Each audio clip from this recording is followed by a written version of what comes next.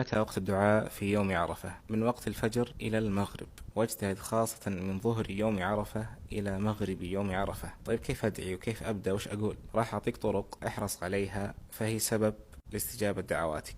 قبل تدعي سبح الله 10 مرات، واحمد الله 10 مرات، وكبر الله 10 مرات. فعن أنس بن مالك رضي الله عنه قال: جاءت أم سليم إلى النبي صلى الله عليه وسلم فقالت: يا رسول الله، علمني كلمات أدعو بهن. قال: تسبحين الله 10، وتحمدينه 10، وتكبرينه 10، ثم سلي حاجتك فإنه يقول قد فعلت قد فعلت، ثم قل: اللهم إني أسألك بأني أشهد أنك أنت الله لا إله إلا أنت الأحد الصمد الذي لم يلد ولم يولد ولم يكن له كفوا أحد. فإن الرسول صلى الله عليه وسلم سمع رجلا يقول هذا الدعاء ثم دعا، فقال صلى الله عليه وسلم: لقد سأل الله باسمه الأعظم الذي إذا سئل به أعطى وإذا دعي به أجاب.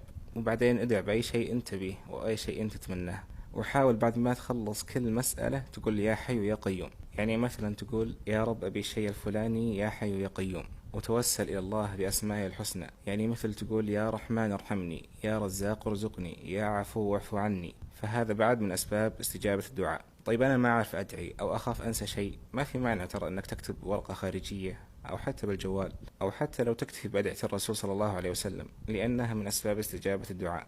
وكلمات بسيطة لكنها تشمل الدنيا والآخرة، وهذا البعض منها. احفظها عندك وقل بها مع دعائك. خلاصة الكلام: قبل الدعاء سبح الله 10، واحمده 10، وكبره 10، ثم قل: اللهم نسألك بإني أشهد أنك أنت الله لا إله إلا أنت الأحد الصمد الذي لم يلد ولم يولد ولم يكن له كفوا أحد. بعد ما تنتهي من كل دعاء تقول: يا حي يا قيوم. ومع